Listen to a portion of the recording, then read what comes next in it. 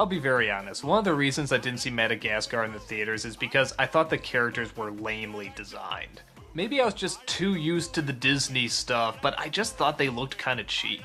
So I didn't see it or any of the sequels, and I avoided it for a while. But when Dreamworks-uary, yeah, I'm still calling it that, came around, naturally, I had to watch it.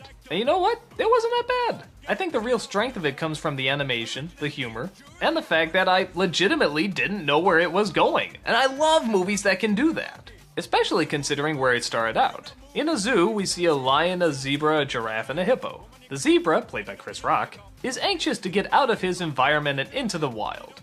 And a group of penguins are planning to escape the zoo and head for the Antarctic, and advise him to follow his dream and break out as well. But his friend the lion, played by Ben Stiller, a giraffe, played by David Schwimmer, and a hippo, played by Jada Pinkett Smith, don't keep a close enough eye on him and allow him to escape. This forces them to try and hunt him down, which results in them getting captured, thrown in boxes, and accidentally ending up on a deserted island.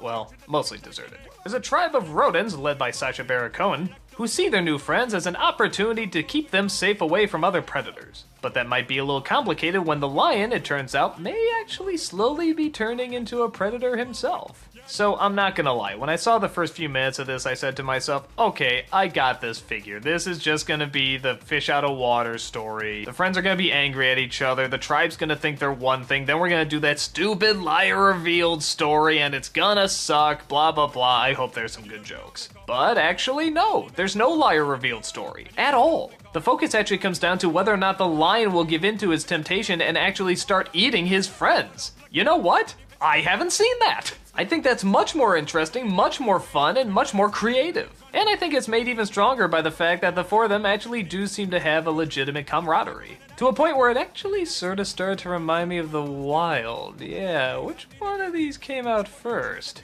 Is this another Bug's Life and Ants thing all over again? Well, anyway, the one thing this has over The Wild is the speed of the animation. I mean, there is just a lot of energy to it, and they're trying hard to make the comedy come from just the mere movement of them. And a good chunk of the time, it really works. The penguins are also a lot of fun, and as expected, they pretty much steal the show. Everything they do is sort of like ninjas or secret agents. I've seen both spin-off shorts and a spin-off series based on these characters, and you can definitely see why. They're very enjoyable. While I don't think Madagascar is anything fantastic, I will admit it did have me laughing a lot of the time. The story did sort of have me guessing, and it's definitely bright and colorful and has a lot of great stuff for kids. I think it's a pretty decent family flick. It's smart, it's funny, it's entertaining. I don't think it's a classic by any means, but I think it's a lot of fun. I'd say go see it, but judging by the number of sequels they've already made out of it, you've probably already had to. So you've already drawn your own conclusions. Me personally, I'm glad I saw it. And I'm surprisingly even looking forward to seeing the sequels. But only if there's more penguins. They like to move it, move it. You like to move it, move it. 3, 2, 1.